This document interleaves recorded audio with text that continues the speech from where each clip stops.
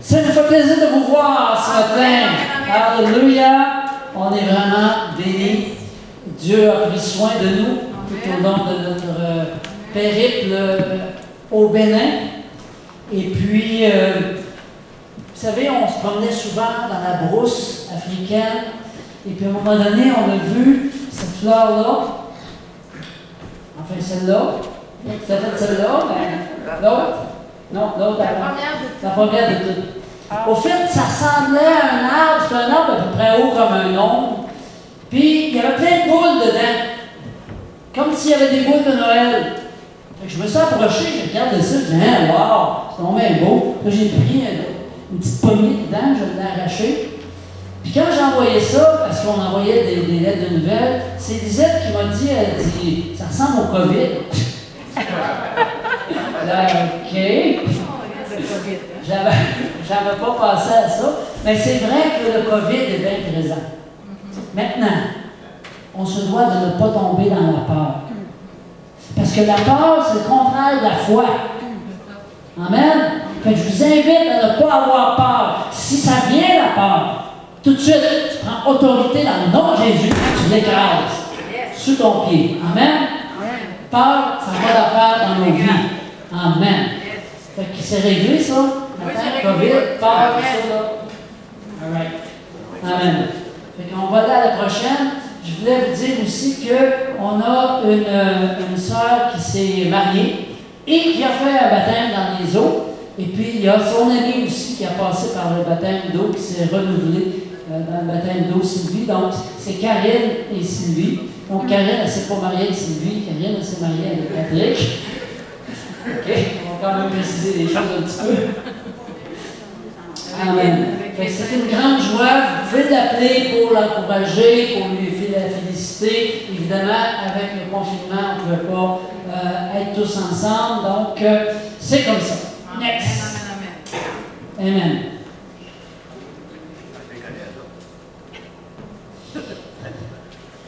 Vraiment, Dieu a été bon tout au long de notre voyage, notre mission là-bas. Et puis ce matin, on va vous partager ce que Dieu a fait. On ne vous partagera pas ce que nous avons fait, mais vraiment ce que Dieu a fait. Amen. Yes. Alors, tu veux dire un mot? Amen. Oui, avant d'aller plus loin, on veut vraiment remercier chaque personne qui a contribué à cette mission-là, de près, de loin, en priant pour nous, en emmenant des offrandes. Vraiment, ça nous a fortifiés, ça nous a bénis tout au long de la mission. Et on sentait que l'Assemblée Samalachi, elle était avec nous dans le plan de projet. Et ça, c'est très précieux. C'est très précieux parce qu'on ne réussit jamais seul. Hein? On sait ensemble. Au Bénin, il y a une expression, on est ensemble. Donc, on a senti aussi qu'on était ensemble là-bas. Okay. J'aimerais vous faire remarquer. Il faut que tu prennes le micro. Hein? J'aimerais vous faire remarquer ici la petite guêpe. Dans le milieu de la fleur, il y a une guêpe là. Je ne sais pas si vous la voyez. On était tellement bénis de voir les fleurs là-bas. La végétation, les endroits absolument merveilleux. C'était sur le bord d'un petit lac qu'on peut voir. C'est un barrage qui a été fait parce qu'au Bénin, ce n'est pas une terre de lacs et de rivières. Bien que je sais qu'au Rwanda, il y a beaucoup de lacs et de rivières, mais au Bénin, ce n'est pas le cas. Donc ça ici, c'était une petite plante que j'avais achetée, toute petite. Et puis quand on est arrivé au Bénin, il fait bien, parce que c'est... Non, c'est celle-là. Ah, c'est annexe, moi. C'est parce que j'ai changé là, je pensais que ça changeait là. En fait, j'avais acheté toute petite. Quand on est arrivé au Bénin, il était rendu déjà ça d'autre. Oui, en fait, c'était comme un arbre. Et là, je me suis assise dans mon petit salon au Bénin, puis il était des arbres. Et là, j'ai vu que je l'ai vu devant la porte de la maison, à l'intérieur. Mais à l'intérieur de la maison, juste devant la porte qui est toujours ouverte. Tu l'as vu par l'esprit. Oui, qui donne beaucoup de lumière. Et là, j'ai demandé à Jean-Yves de m'aider. On l'a pris de dehors, on l'a rentré en dedans. Puis là, elle était comme devant la porte. Et là, elle s'est mise à fleurir. Bon, quand on est prophétique, là, on voit beaucoup de choses. Mais je voyais tellement, waouh, Seigneur, c'est comme, on vient d'arriver, on rentre petit arbre dans la maison, il a fleuri pendant un mois, des belles fleurs comme ça. On dirait un hélice, tu sais, les affaires qu'on mettait dans le verre, là, puis que ça tournait quand on avançait. Puis ça devient un gros arbre, parce que juste avant de partir, à un moment donné, j'étais assis en attendant de rencontrer quelqu'un. Je regarde, hein, j'ai dit ma fleur, ça. Puis ça fait, c'était un gros arbre qui était tout fleuri de cette fleur-là. Je disais, hein, il va devenir un arbre. Fait que super. Fait que c'était. Ça ressemble à une hélice de bateau. Oui, aussi. Ouais. Fait que quand on est arrivé au Bénin, on est resté pendant un certain temps à Cotonou. Et puis là, ben, on est resté au gîte chez Rita. Voyez-le? Non. C'était au gîte chez Rita. Et là, au gîte chez Rita, on a rencontré un jeune homme qui s'appelle Steve. Steve, il était très perturbé, je dirais. Il avait vraiment besoin de Dieu. Et puis, on a vraiment pu lui parler du Seigneur. Il a vraiment donné toute sa vie à Dieu. Et puis là, quand on l'a revu avant de partir, il nous a dit, je veux passer par les eaux du baptême.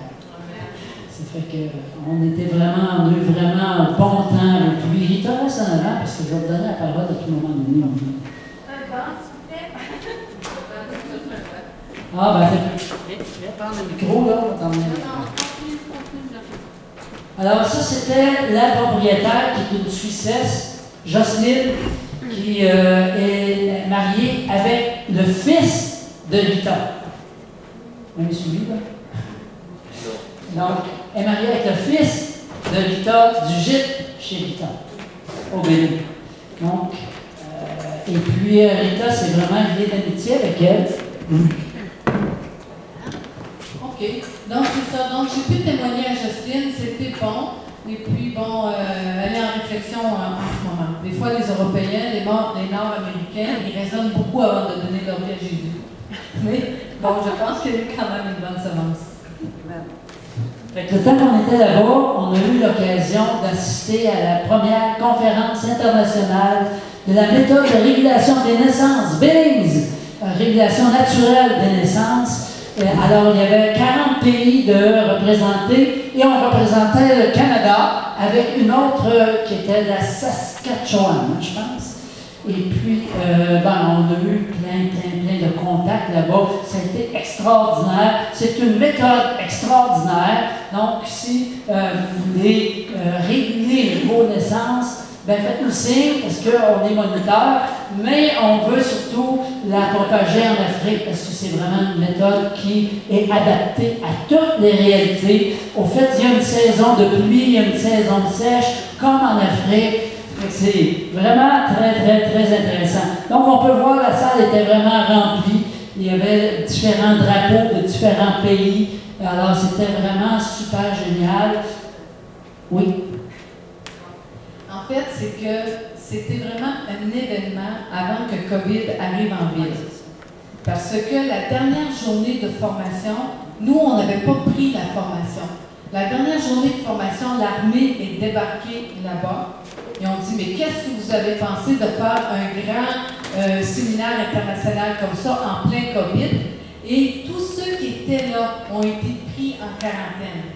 Mais nous, on ne s'était pas inscrits pour les dernières journées, donc on a échappé à cette mise en demeure. Amen. Donc, on a pu participer, puis là, on a rencontré vraiment des personnes extraordinaires. Ici, on voit une dame pakistanaise avec qui on a lié d'amitié, mais surtout qui a demandé de la prière. Oui, qui a donné sa vie à Jésus. Qui a donné sa vie à Jésus. Amen. Puis on a vraiment prié parce qu'elle vivait des choses pas faciles. Il y a aussi Léa, qui est une jeune béninoise. Une belle jeune béninoise, brillante, intelligente, et qu'on s'est lié d'amitié avec, bien qu'elle n'est pas pareille. Mais on va se revoir. Et puis elle aussi, elle a donné sa vie à Jésus, on lui a donné un Nouveau Testament. Amen. C'est souvent des gens qui étaient dans la religion catholique, qui n'avaient pas compris le salut en Jésus-Christ, le plan de Dieu pour leur vie. Alors évidemment, on leur pose quelques questions. Puis, le temps qu'on était à Cotonou, on a demandé à Corneille notre ami Corneille, maintenant, c'est un ami, c'est quelqu'un qui a aussi donné sa vie au Seigneur, de nous faire découvrir le lac Nokoué. C'est un grand lac juste à côté de Cotonou. Cotonou est une ville côtière aussi, c'est-à-dire qu'il y a l'océan. Mais juste un peu à l'intérieur, il y a un grand lac. Il est surprenant, le lac.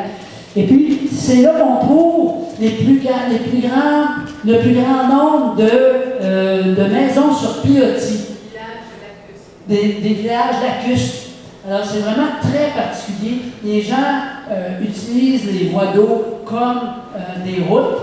Donc, les enfants vont à l'école en pirogue, les gens se promènent en pirogue. Assez que, à un moment donné, j'ai pris une vidéo, il a failli y avoir un accident de pirogue. Ça s'est croisé. C'était vraiment très particulier. C'est un très beau dépaysement pour nous, les étrangers. Tout à fait. Alors, on a découvert un Bénin un peu différent, où est-ce qu'il y a des supermarchés comme la ville de Québec ou la ville de Montréal. Erevan, ici, est une épicerie, je dirais, où on retrouve tellement de produits importés. On a une petite section produits béninois, mais cette section-là, il va falloir la faire augmenter. Non, c'était dommage. Et ici, on voit Love, qui est notre fille, c'est une jeune fille qui est avec Caleb et que nous avons parrainé depuis qu'elle est avec nous, depuis son jeune âge. Amen. As-tu quelque chose à dire? Merci. Mais évidemment, on n'achetait pas que chez Erevan. Ici, ma vendeuse de fruits qui a donné sa vie au Seigneur aussi. Alors, bon, c'est là écoutez-moi, de la mangue, j'en ai mangé. C'était, wow! Comme d'habitude, les bananes sont bonnes. Les fruits, là, c'est tellement là, frais. Vous vous ennuyez pas des fruits aviateurs et moi, en tout cas, quand je suis ici, je m'ennuie des fruits africains. C'est sûr. Hein? En tout cas, c'était vraiment formidable. Et puis, chaque fois que j'avais l'occasion, je témoignais. Ici, c'est toute une famille. Il manque les deux garçons qui étaient partis à l'école, mais je suis retourné pour prendre une petite photo avec eux autres. Toute la famille a donné leur vie au Seigneur. Et puis, ils aimaient quand j'allais pour partager la parole. J'emmenais ma Bible, puis on parlait d'un petit passage de la parole de Dieu. Donc, vous savez, ce matin, on ne parle pas de nos actions à nous, on parle des actions du Saint-Esprit. On est dans Acte 29. Okay? On n'est pas du tout en train de se vanter, de dire qu'est-ce qu'on a fait. Nous, c'est vraiment Dieu qu'est-ce qu'il a fait à travers de nous. Amen. Ici, on vous présente Gaffaro. Gaffaro, c'est notre collègue, notre ami, le gars qui règle tous les problèmes qu'on peut rencontrer, que ce soit informatique, que ce soit à la banque, que ce soit une autre question qu'on se pose sur la réalité du pays. Gaffaro est là. Gaffaro est venu au Québec. Il a fait Jeunesse Canada Monde à une certaine époque. Et puis aujourd'hui, il est papa de 3 enfants. 3 ou 4? 3. 3 enfants. Et puis, en tout cas, c'est tellement notre collègue. Il est venu nous accueillir à Cotonou quand on est arrivé. Il est venu nous reporter à Cotonou, nous dompler à Cotonou quand on est reparti. Fait que, non, vraiment, là, c'est ça. Un collaborateur précieux. Ah, tout à fait. Vraiment précieux. Alors, je vais vous parler un petit peu de Caleb, rapidement. Donc, en arrivant sur place, je suis allé faire un tour sur le terrain de Caleb. Et là, il y a un ami, un agronome, il m'a dit, hey, il y a plein de fruits que vous pourriez cueillir sur le terrain. Je dis, ah ouais. Il y a des manguiers. Il y avait 4 ou 5 manguiers. Mais aussi, il y avait ce qu'on appelle le néré. Le néré, c'est ce qu'il y a dans la poche. C'est une grande légumineuse d'un arbre. Puis lui, on va le faire descendre ses fruits en tirant avec une grande perche. Fait que ça tombe à terre, puis là, on le ramasse. Puis là, il faut le décortiquer après. Ça fait que, ici, on était en train de le décortiquer, l'autre diapo après. Alors, on était toute une équipe pour décortiquer ça, le faire sécher, pour pouvoir le garder et le vendre au moment le plus opportun. Fait que c'est vraiment génial. On va pouvoir commencer à l'utiliser. Ce qui pousse déjà sur le terrain, Caleb, vous savez que Caleb, l'ONG Caleb là-bas, détient un terrain de plus de 2 hectares. Donc, c'est quand même assez grand. Puis il y a plein d'arbres fruitiers dessus, donc on va en reparler un peu plus loin. Ça, c'était le terrain quand on est arrivé. C'était presque une forêt, presque une petite jungle. On ne voyait pas à 3-4 mètres en avant. Il y avait des arbres, il y avait des herbes hautes, il y avait vraiment, on voit le bâtiment un petit peu derrière. Donc, ça c'est avant et ça c'est après. OK, donc on a fait une corvée. En fait, on n'a pas fait une, on a fait 3 corvées. Les corvées, parce qu'on coupait des arbres qui n'étaient pas bons, OK, des arbustes qui ne sont pas utiles comme les ombres ici, qu'on garde les arbres fruitiers et qu'on enlève aussi toutes les herbes pour pouvoir cultiver éventuellement. Donc ici, c'est en arrière du bâtiment. On a laissé les herbes là, repousser parce qu'on va labourer bientôt pour semer du piment. Donc, on est dans ce temps, dans ces moments-là. Alors ici, il y avait quelques enfants. Là-bas, les Blancs, les enfants souvent vont crier « Batouré, Batouré, Batouré » quand ils voient un Blanc. Ça veut dire, bon, tout babou, ou bon, ça veut dire blanc, blanc, blanc, blanc. Moi, ça veut dire blanc de roi. C'est ça. Moi, ça veut dire blanc de roi. Fait que là, j'ai dit, viens donc ici. Là, le petit gars, il était un peu mal à l'aise, il vient, il est fait serrer. Là, j'ai dit, aimerais-tu ça avoir un ballon? J'ai dit, pour jouer au soccer pendant quelques jours. Il dit oui. Tu vas chercher des amis? J'ai dit, viens nous aider. Fait que là, on a eu de l'aide. Des enfants, puis là, il était content. De l'aide en choix. Ah oui, puis je peux vous garantir que c'était mes amis. Et c'était mes amis. Vraiment, là, on a fait tout un travail de nettoyage avec des coupes, c'est des genres de grandes bachettes, là, qu'on coupe les branches. Voyez-vous comment c'est déjà beaucoup plus clair? On voit le village en face, de l'autre côté de la rue. Avant ça, puis ça, tu voyais même pas 4 mètres en avant de toi. Fait que c'était un travail extraordinaire. Écoutez, on était plus de 20 aux 3 corvées. Moi, je ne connaissais pas grand monde là-bas, là, comprenez, hein? Mais Dieu nous a donné plein de contacts. De voir comment Dieu a ouvert les portes. Il y a une journée qu'on est allé, on était à 26. Même que Gaffaro, qui avait préparé de la bouffe pour une vingtaine, il a dit, ouais, mais comment qu'on va faire? Ben, j'ai dit, on appelle le Seigneur Jésus. C'est pas lui qui multiplie. Amen. Fait qu'on a vraiment travaillé fort. C'était épuisant sous le chaud soleil d'Afrique. Et là, il disait, mais Jean, il ne faut pas travailler comme ça. Moi, je suis un impératif, hein, vous savez. Je suis quelqu'un qui aime passer, collaborer avec tout le monde. Ça fait que ça, c'était la pause. Donc, on avait toujours une bonne pause avec un bon repas. On avait une pause en avant-midi pour la bouillie. Bouillie. C'était une bouillie de mil avec un peu de produits laitiers dedans, puis un peu de sucre. C'était très bon. Puis après ça, le midi, on avait encore une bonne bouffe. Et puis parfois, j'étais presque béninois. Là, j'avais pris quelques couleurs, surtout ses bras. J'avais été, en fait, on a mis le feu dans des tas de branches, puis les plus gros bois qui restent, on peut les revendre. Moi, je les remettais en tas. Fait que, à un moment donné, après la fin de la journée, là, j'étais vraiment béninois. Question. Oui, Gaza. Y avait-tu des serpents? On n'en a jamais vu. En fait, la seule fois que tu as vu un serpent, Rita, raconte-le. On est en 2018. Oui, c'est pas grave, raconte-le pareil. Bon, je vais revenir à ta question quand je vais parler de Women Raise Up tantôt. Ouais, OK, bon. Et là, il n'y en avait pas, là. Non, pas du tout. Non.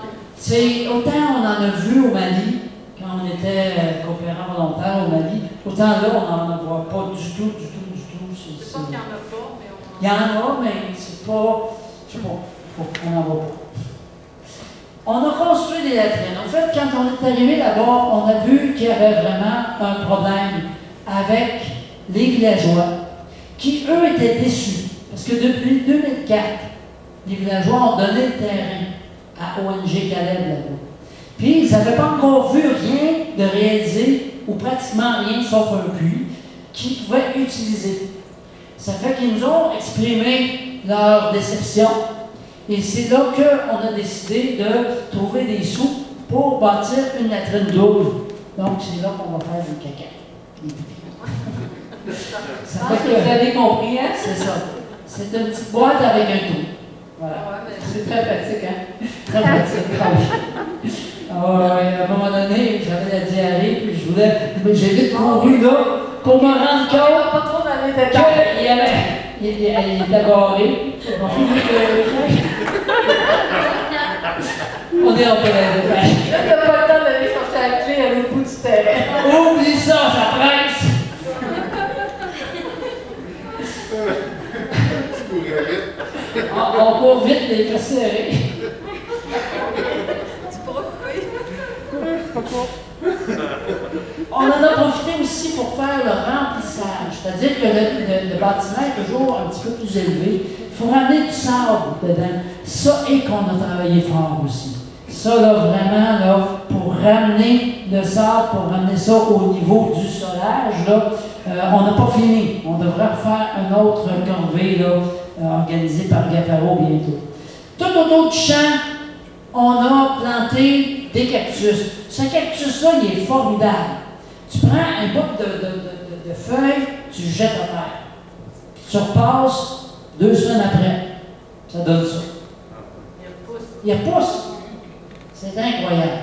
Fait que vous savez qu'on avait des gros problèmes avec les bœufs puis les peuls, les nomades qui forçaient la clôture. Au fait, en arrivant d'ailleurs, on a découvert plein de failles, de places qui avaient été cassées. La clôture était carrément à terre. Et puis, donc, on a dit qu'il faut absolument trouver une solution.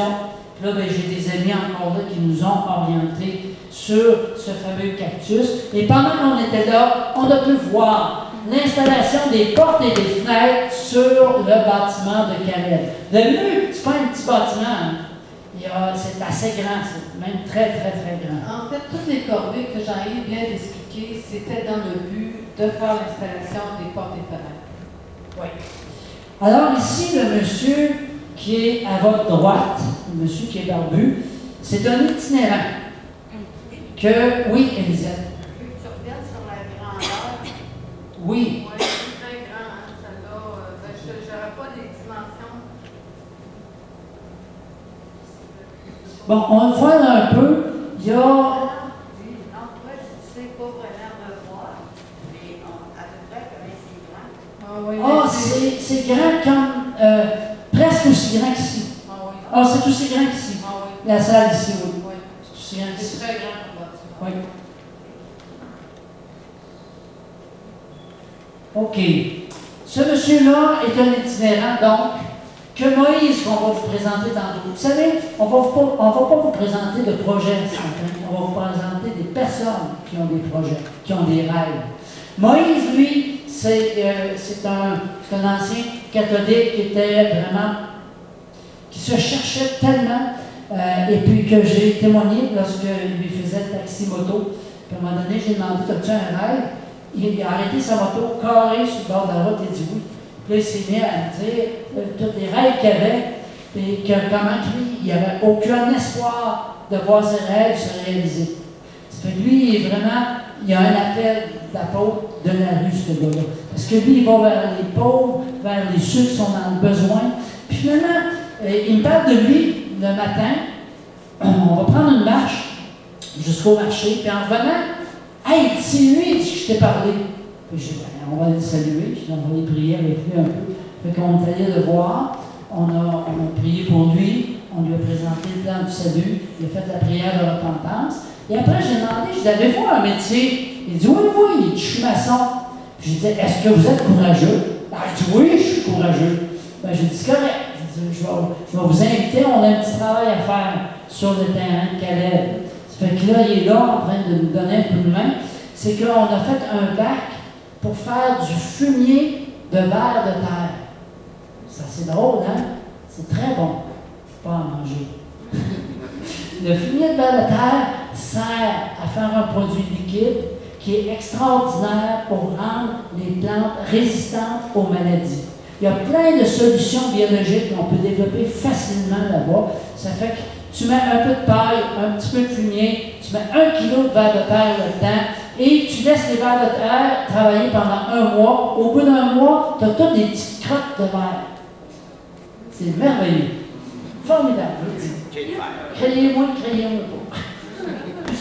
Et là, tu fais un produit liquide, tu trempes, tu mets ça dans un genre de coton que tu trempes dedans pendant 24 heures.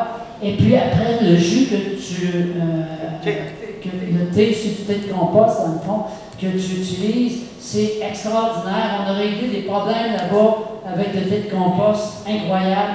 Donc, c'était le fun de faire ça là-bas. Je suis vraiment content. Là, on est chez la tante de Lydie, qui est Tanti Soumano, ou Tanti Baquet, je ne sais pas pourquoi il y a 2 noms, en tout cas, avec les enfants qui restent chez elle. Et là, on va aller voir ma vidéo, celui de Jemima. Okay, on va aller voir la vidéo de Jemima. Jemima, c'est la petite fille qui est complètement à gauche là-bas. Elle est aveugle. Elle a été trouvée sur un tas d'ordures dans son placenta à la naissance. Ils nous l'ont ramenée. Et là, vous allez voir qu'elle va à l'école et elle lit le braille de façon incroyable. C'est vraiment étonnant. La petite fille, elle est pleine de joie, elle est toujours souriante, elle est toujours en train de chanter. Non, c'est pas Belvida, c'est Jemima. Mais c'est pas grave, prenons elle, allons-y avec elle. Ça, c'est Belvida. Regardez-la bien danser. Elle a 1 an en passant, hein? Elle a 1 an. Elle a une belle petite robe, hein, Léonie? Vous reconnaissez ça?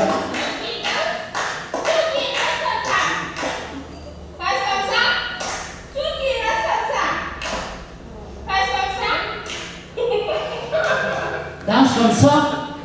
Quand elle dit comme ça, il faut s'arrêter. Danse comme ça. On va aller voir Jemima maintenant. Jemima.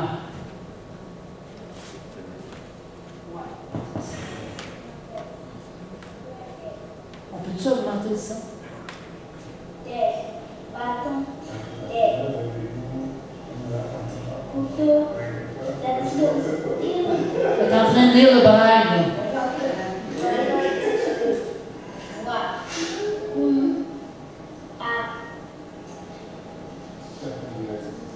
Pour la peur et la peur m'empêchent de crier. Ces ombres sont pleines des amis, des ennemis, C'est beau, hein? Un enfant qui a été abandonné à la naissance, ça, Dieu fait des merveilles. Hein? Amen, amen, amen. C'est tellement beau de la voir, parce que ça me touche à chaque fois. Puis elle nous saute dans les bras quand elle nous voit. Ici, Aaron, quand on l'a accueilli au centre de Caleb, et Aaron maintenant qui est rendu à quoi, 8-9 ans? Une dizaine d'années. Fait qu'on peut voir que c'est vraiment merveilleux. Caleb fait de très grandes choses. Oui, des fois, quand les enfants arrivent, là, ils sont dans des états pitoyables. Oui. Alors, on en a profité aussi pour prendre tout. On avait envoyé un conteneur il y a quelques années, puis on avait stocké ça dans la maison que Rita avait louée depuis quelques années à Paracou. Et là, on venait emmener les affaires, étant donné qu'on avait porte des fenêtres dans le bâtiment, parce que c'est là que ça va servir. Fait qu'on a, de ce côté-là, on voit qu'on est en train de charger en face de chez nous. Puis l'autre à droite, on est au centre Caleb en train de décharger tous les trucs. Et là, on a pris un temps avec les enfants de Caleb pour prier à la maison, au centre Caleb, prendre un temps de chanter aussi. J'aurais aimé vous faire écouter encore plus de chants, en tout cas les enfants, mais on se reprendra. Et ce qui est merveilleux, c'est qu'on a vraiment commencé le labour sur le terrain de Caleb. Ça, c'est vraiment formidable. Il y a un jeune de Caleb, c'est Germain, qui a pris un quart d'hectare, puis il a tout labouré, il a tout semé déjà par lui-même, dans le fond. Et l'idée, c'est vraiment que lui, il va gagner des sous, il va redonner 10% à Caleb. Donc, nous autres, on gagne quelque chose aussi là-dedans, mais lui, ça lui permet d'avoir des sous pour réaliser son rêve. savez, c'est un peu ça comment Mais ça en même marche. temps, ça fait de la vie sur le terrain. Parce que là, sans les portes et fenêtres, le terrain était laissé un peu vacant. Donc, c'est pour ça que c'était devenu une forêt. Mais là, avec les portes et fenêtres, il y a un gardien qui a été mis sur place. Là, le centre peut commencer à prendre vie et commencer à tirer des ressources de la terre. Dieu nous a tellement conduits de façon surnaturelle auprès de ceux qui le cherchaient vraiment. Cette diapo-là ici, c'est le baptême de Armand. On va en parler un peu plus tard d'Armand. Mais j'aimerais ça qu'on aille voir la vidéo de Padro. Padro, c'est un jeune homme. Rita, si tu veux parler de Padro. En fait, un Padro, c'est un taxi-moto. Puis cette journée-là, c'était un peu spécial parce que j'étais sur la route. C'était un taxi-moto que j'ai pris. Mais cette journée-là, il y en a passé un, je l'ai laissé passer. Il y en a passé un deuxième, je l'ai laissé passer. Puis quand Padro a passé, c'est là que j'ai crié « Zé! » C'est ça qu'on dit, hein, très fort. « Zé! » Comme ça. C'est ça, Julie? Et puis finalement, il s'est arrêté. Ah non, mais- Et c'était Padro. Je voudrais me faire OK, on écoute ça. Pourquoi est-ce que tu t'es fait baptiser aujourd'hui? Je voudrais me faire baptiser pour laisser l'ancienne vie derrière moi. Une vie de péché, une vie de mensonge, une vie de colère, une vie de désordre, une vie de désordre en fornication et ainsi de suite. Je voudrais laisser tout ça là derrière moi et me confier directement à Dieu pour avoir sa bénédiction et être toujours en relation avec Dieu. Amen. Amen. Alors vraiment, pardon, je te baptise au nom du Père, du Fils et du Saint-Esprit. Il faut bien descendre. Voilà! Bravo! Félicitations. À cette journée-là, on a baptisé 8 jeunes hommes. Et puis, ils ne voulaient pas se faire baptiser par en arrière parce qu'ils ne savent pas nager. Et là, dans ce fleuve-là, il y a eu tellement de noyades qu'ils ne veulent absolument rien savoir. Ils ont peur solide de l'eau.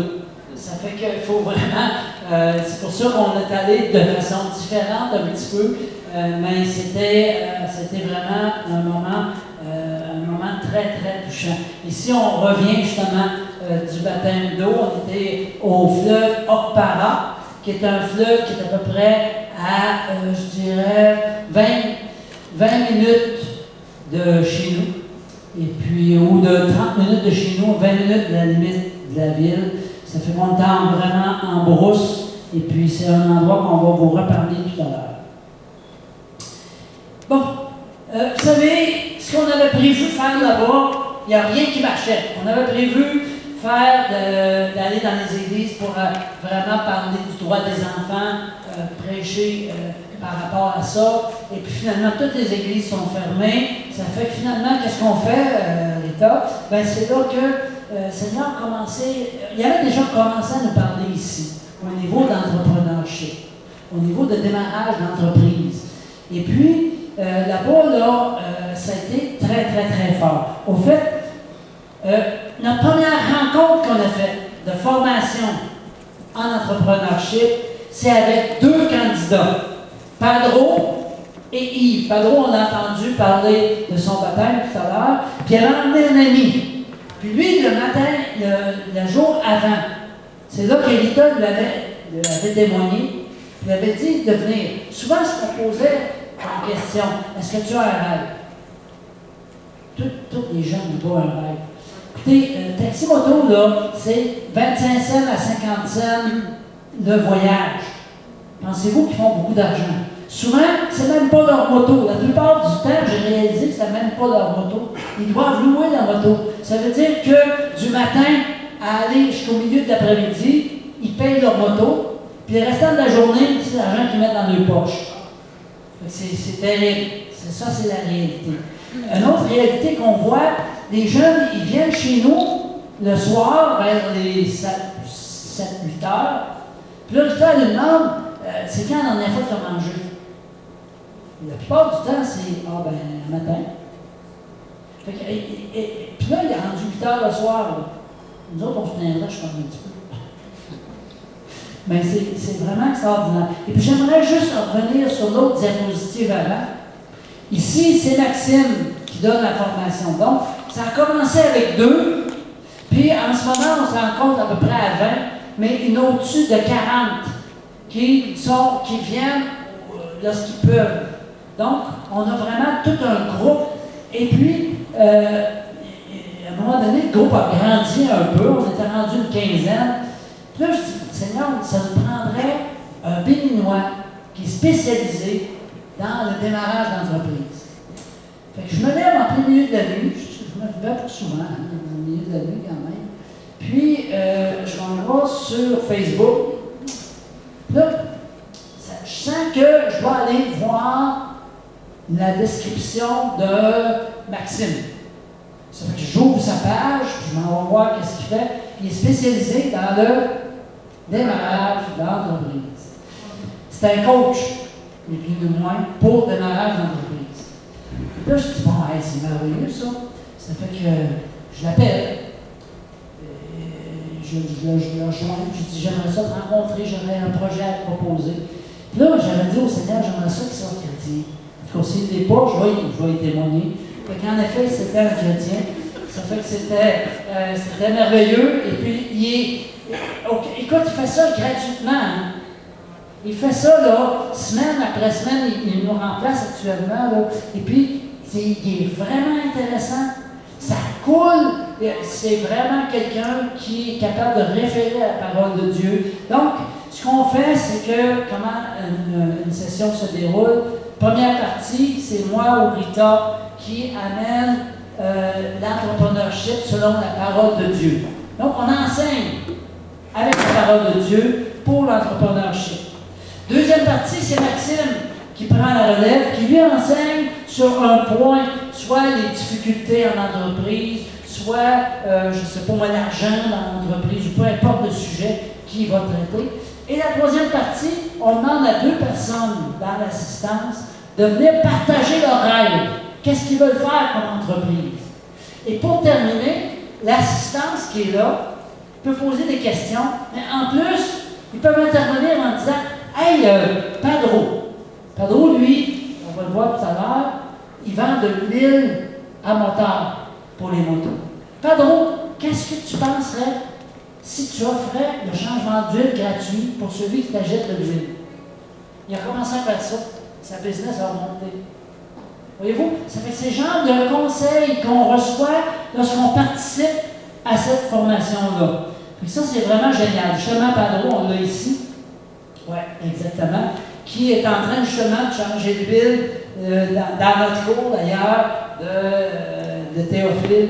Donc, Padro qui a vraiment réussi, qui a retrouvé le sourire. Padro, à un moment donné, 2 semaines,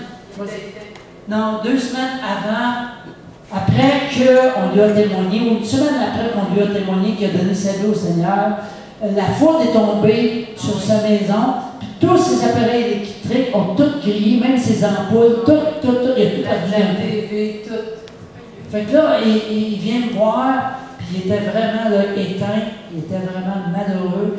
Puis là, on a prié pour lui. Puis là, on a vu qu'il s'est relevé là, complètement. Puis le sourire qu'il a là, c'est comme ça qu'on le voit aujourd'hui. Là. C'est un jeune homme qui suit le Seigneur de tout son cœur. Vraiment. Wow. Son ami Yves, lui, il avait un rêve, celui de faire une pépinière de coco. Ce ne sera pas juste du coco qu'il va faire, mais dans le nord où est-ce qu'on est, il n'y a pas de cocotier. Il y a juste des cocottes. Non.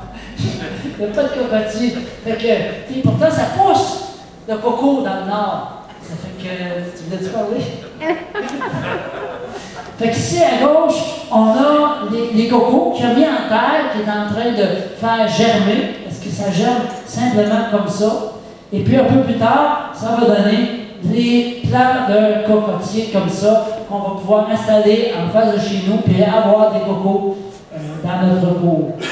Ça réjouit-toi, mon coco. Ça, c'était le genre de déclaration qu'il va mettre en vue lorsqu'il va commencer à vendre ses cocotiers. Réjouis-toi, mon coco.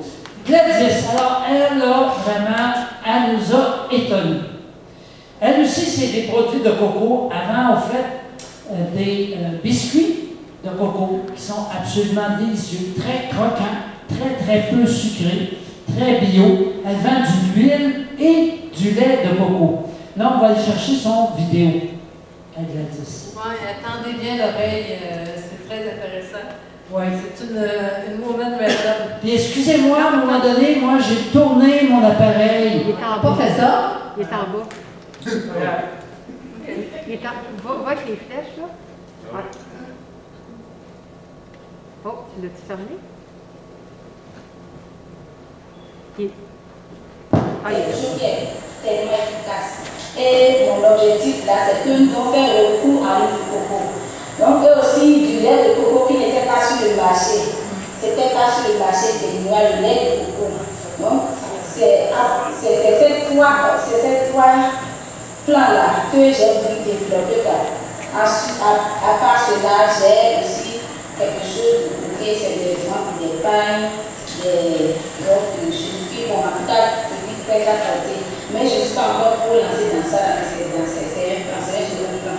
Donc actuellement, je suis déjà en train de travailler un peu sur le coco, les dérivés de coco. C'est ça que j'ai dit, j'ai fait quelques exemples là.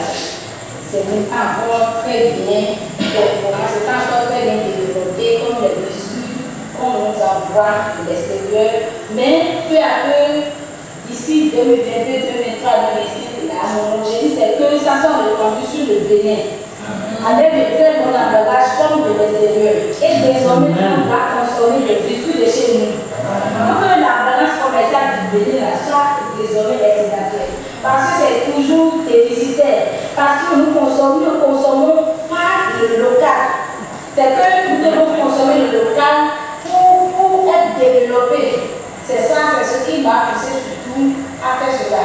Et aussi, nous les jeunes filles. En fait, quand on finit l'université, on ne trouve pas à faire. Et surtout les jeunes filles, j'ai vu beaucoup de cas.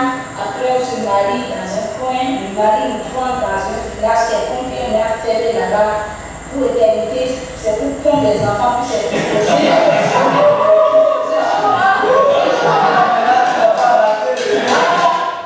Traduction. Elle dit, en fait, ce qu'elle dit, nous les femmes, on peut s'en sortir. Parce que trop souvent, on va trouver un mari, il va nous emmener au village, on va rester là pour l'éternité, et puis on va pondre des bébés. Elle est en train de dire vraiment, là, on aspire à quelque chose de plus. Mais c'est toute une dizainaire, hein, cette Gladys-là, c'est une dizainaire.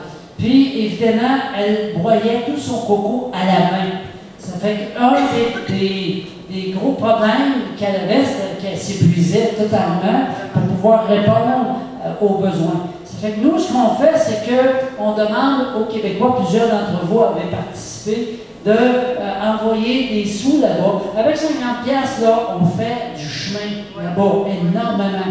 Et ici, on a pu l'aider à acheter son broyeur à coco. On n'y a pas payé au compte terme. On dit, regarde, trouve-toi une partie. Nous autres, on va te faire un prêt sans intérêt. Et dis-nous quand est-ce que tu vas être en mesure de nous le remettre. En combien de versements, puis quand. C'est comme ça qu'on fonctionne. Alors ici, Gladys était heureuse d'avoir son broyeur à coco. Et je peux vous garantir que là, maintenant, elle répond aux besoins des cocos. C'est ça. Et puis, elle ne va pas pondre des cocos toute sa vie.